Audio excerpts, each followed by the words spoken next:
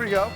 And look who we have. We have both James McCormick and Greg Smitherman, the CFO and CEO of Cloudastructure, stock symbol CSAI.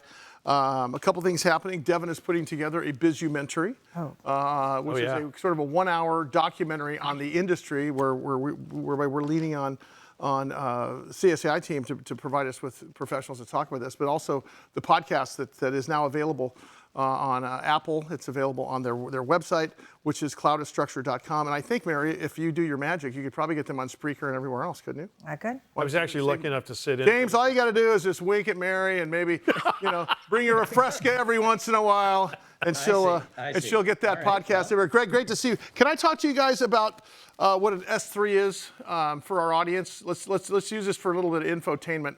Sure. Or edutainment, I should say. You guys just filed an S3, what's called an S3 shelf registration for up to $150 million over the next 3 years using what's called an ATM. Greg, can you explain that to our viewers in plain English? I do this stuff all the time, but it's be really interesting to hear from a CFO on how this works. And the reason it's important is because this is a way to finance a company without literally worrying about a number of things, like if the money's going to be there, what the price is going to be, so on and so forth. Talk about that just a little bit.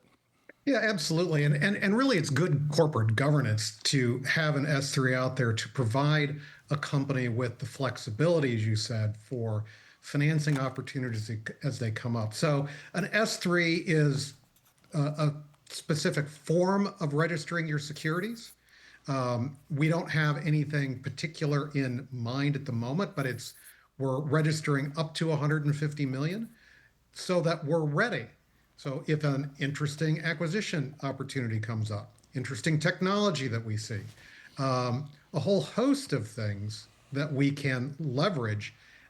So now we have sort of the financing capability. We've worked with the SEC. We've gotten the shelf registration approved. We're through a big hurdle.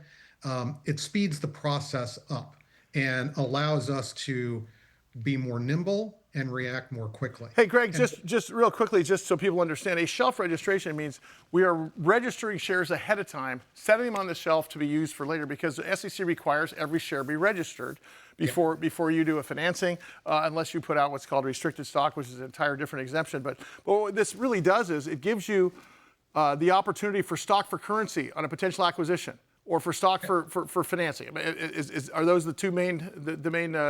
Yeah, those are the two main things, right?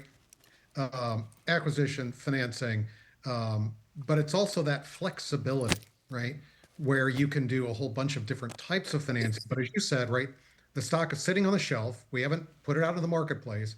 It's ready and waiting so that if we find the right opportunities, we can react. And we're always looking for interesting opportunities, interesting technologies. We see them all the time. Nothing has risen to the level of, let's go snag that one yet. But we are always on the lookout, always keeping our eyes open. Well, and by the way, S3 is a streamlined sort of registration, right? Is that the reason you do an S3 versus an S1 or S8? Or I know they're for different reasons, but the long story short is the S3 is a streamlined sort of registration, is it not? It is. It's a much more simple form. It's a lot less expensive than doing an S1. It's a lot, as you said, more streamlined to get it through. S8 does your option plans, so it's a different type of registration. But an S1, you can do anything. An S3 has a little bit more narrow. You've got to be a public company for a year, in good standing. And let's not forget the real reason for all of this, which I think that I don't think there's anybody on this program that's old enough to remember this, but back in the Great Depression, companies were selling 300% of 100% because there was no registration.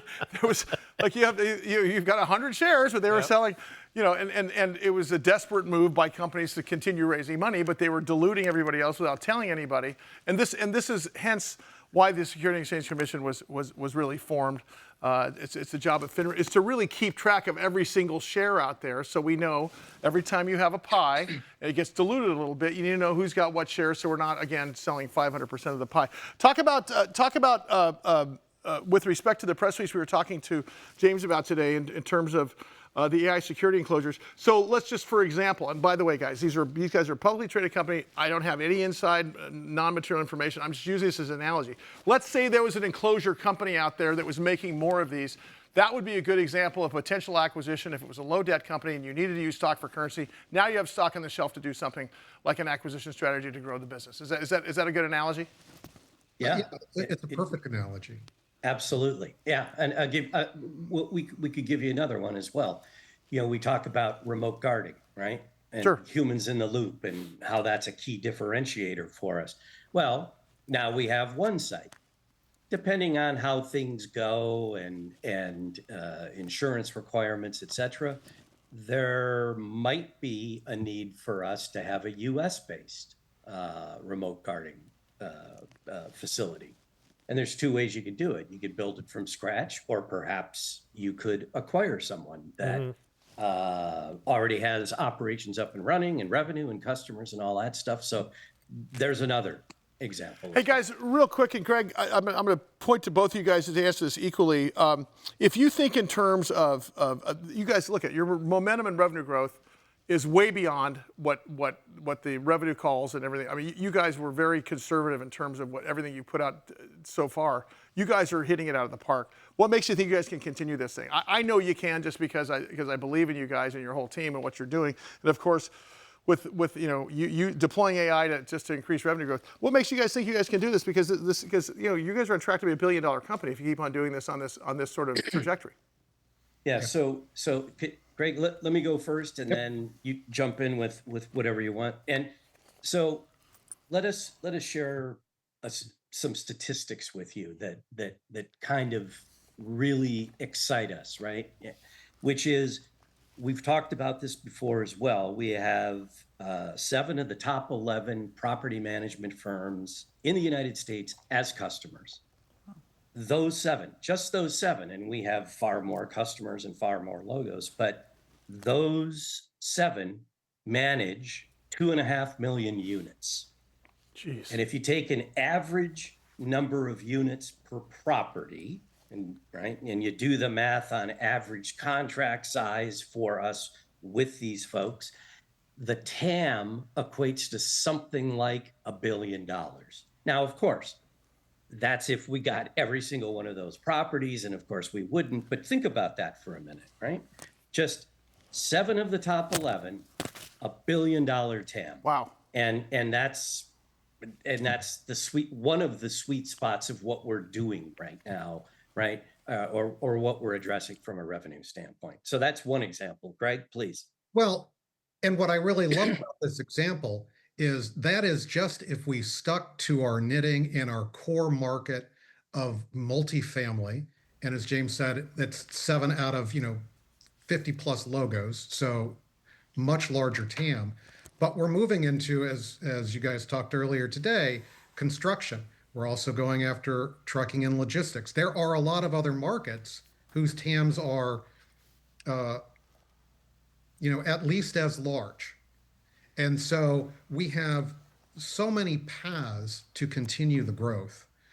We feel very comfortable that we will continue to see significant growth this year and for the foreseeable. Yeah. And one more thing too as well.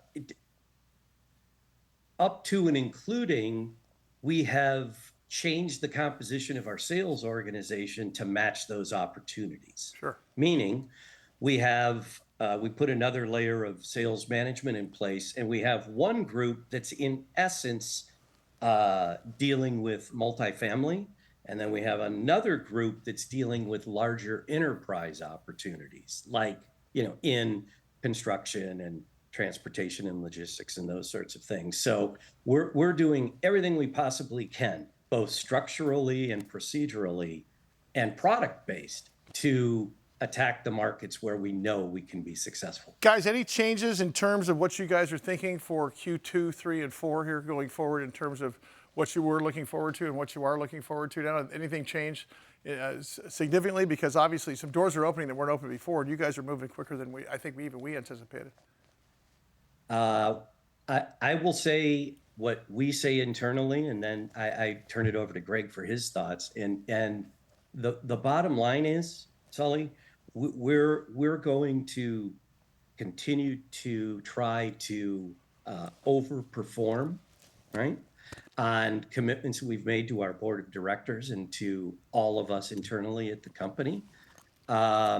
So yes, there are additional doors that are opening, but we have a target number in mind that we're going after this year. Is there a chance to exceed that target? We'll find out more. As we go. Perfect. Stay tuned. That is a James, safe answer. We're going to see these guys in studio here in a couple of weeks. Oh, we are? We want to give them the whole hour with their team, to awesome. spend a whole hour talking about this stuff. James McCormick, CEO, Cloudastructure Inc. Greg Smitherman, Chief Financial Officer. The website is cloudastructure.com. More importantly, ticker CSAI. Making your world safer.